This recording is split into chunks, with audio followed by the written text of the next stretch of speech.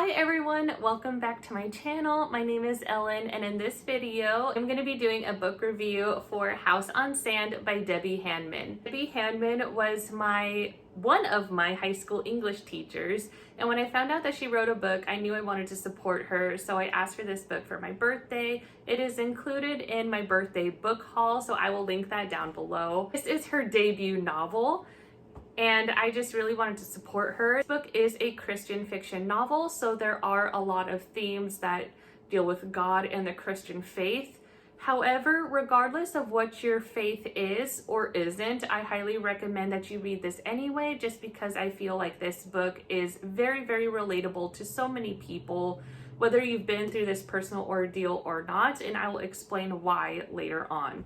But first, I wanted to say, again, Debbie Handman is my former English teacher. She was my English teacher when I was in high school. This is her debut novel, and she writes a blog post for Christian people who have been divorced, and I will link her blog post down below, as well as her Instagram account and the Amazon link for this book if hopefully after this review you are eager to pick it up like I was. So again, that will all be in the description box below. Also, it would really mean a lot to me if you would hit the like button and the subscribe button so you can be notified of when I post new videos. Since at this point, I don't really have a set schedule. Hopefully that's something that I can work on. Now let's get to the topic of this video, which is this book. So this book is about a woman named Ellie Gold. She is, I believe, 39 years old, at least in the beginning of the novel. She is married to a man named Davis, who is a minister at their church, and they have two sons, John and Miles, who are 10 and 8 years old. And from the very beginning, you are thrown into a lot of heartbreak and difficult moments. Let me just start with that.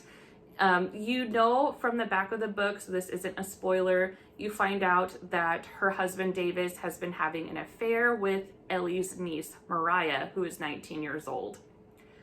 So again, this is a very difficult topic. Obviously, Ellie is really devastated.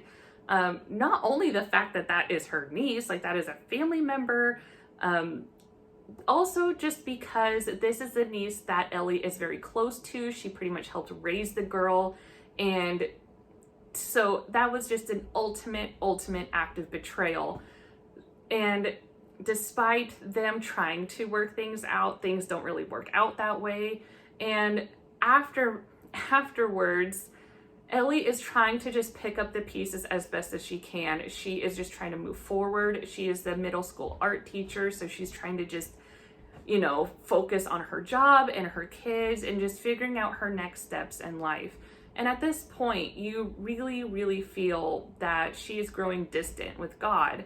And just why? Like, she dedicated herself to her family and her husband, trying to make everything work, despite later on realizing like maybe things weren't really as great as she thought they were. Maybe there were some things that she's suppressing or ignoring.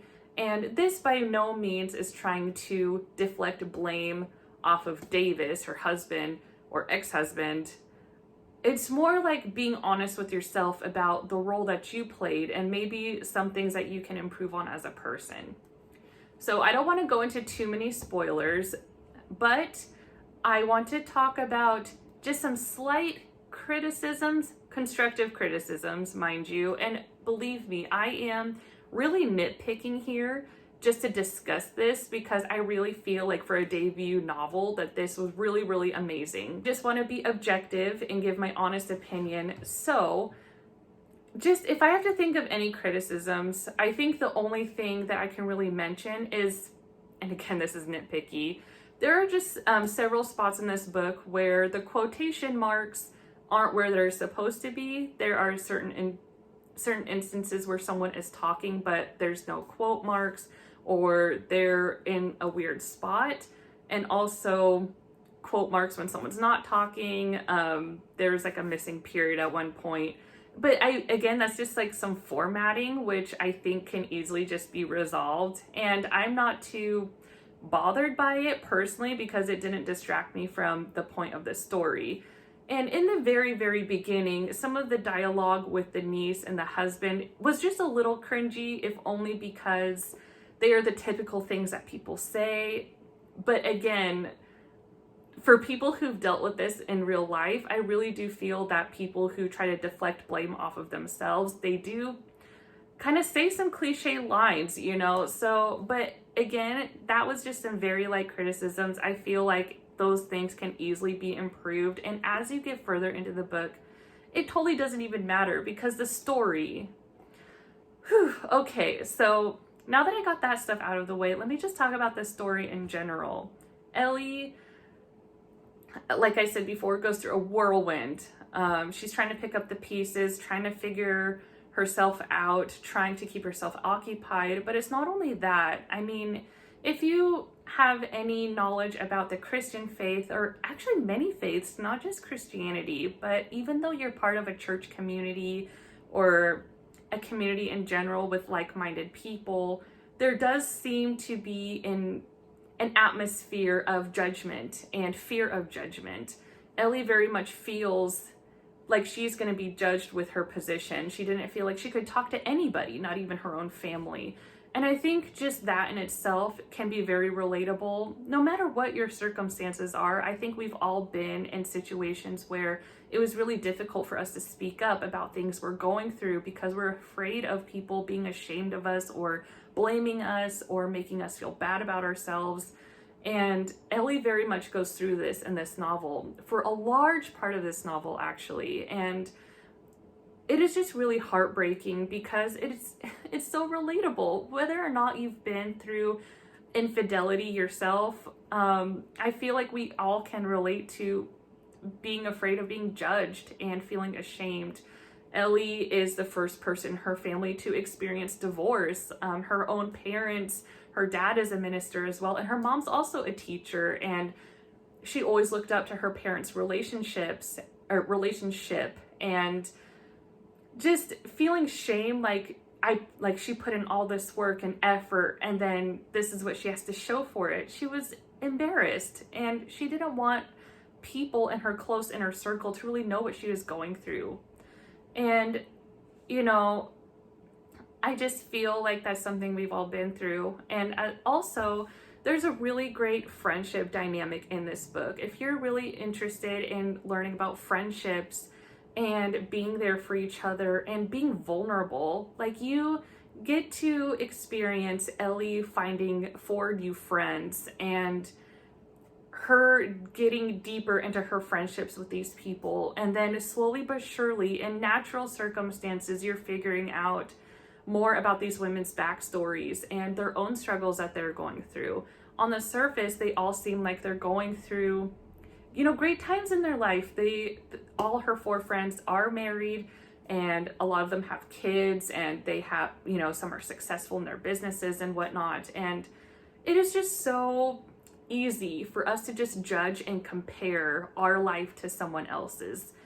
And especially nowadays with social media and even YouTube, there's lots of day in the life videos. Like, it's so easy for us to compare our life to someone else's, and especially someone who, even if we're not super close to, just some people that we know in general in person, we don't always know what other people are going through. A lot of people certainly don't know what we're going through, and especially if we're on YouTube and on social media, we don't post content that shows the, you know, the dark sides of our lives, the daily life, the struggles with our spouses or miscommunication or, you know, problems we're having with our kids. We don't really post that kind of stuff. And it's just like this. There's a lot of things that these people actually ended up opening up to each other about the difficulties that they're going through. And it's stuff that you're like, wow, this is stuff that is not easy to admit. It's not easy to talk about, but the kind of friendship that they have makes it a safe environment where they feel comfortable to do so. And I just think it's such a beautiful thing. All of her friends have unique personalities and perspectives. And even though they are all Christian women, they all have different points of view on how they're giving back to others and how they're helping others. And then, of course, there is like a slight slow burn romance in this as well, which I really like. And I like it because it's not the main point of the novel. The main point of the novel isn't like, oh, her husband's awful, and then, oh, she finds like her knight in shining armor and he's a million times better.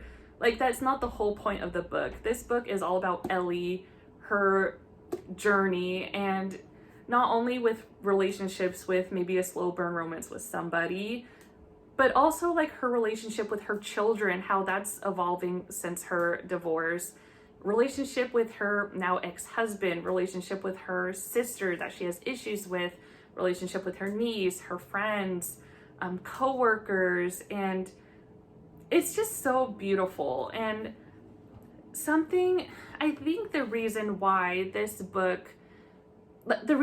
I read this at the best possible moment is because personally, I've reached a turning point in my life where I'm starting to reflect on things that have happened in my own past, people who have hurt me, family members who have really hurt me, to the point where it's still holding me back right now, to be honest with you.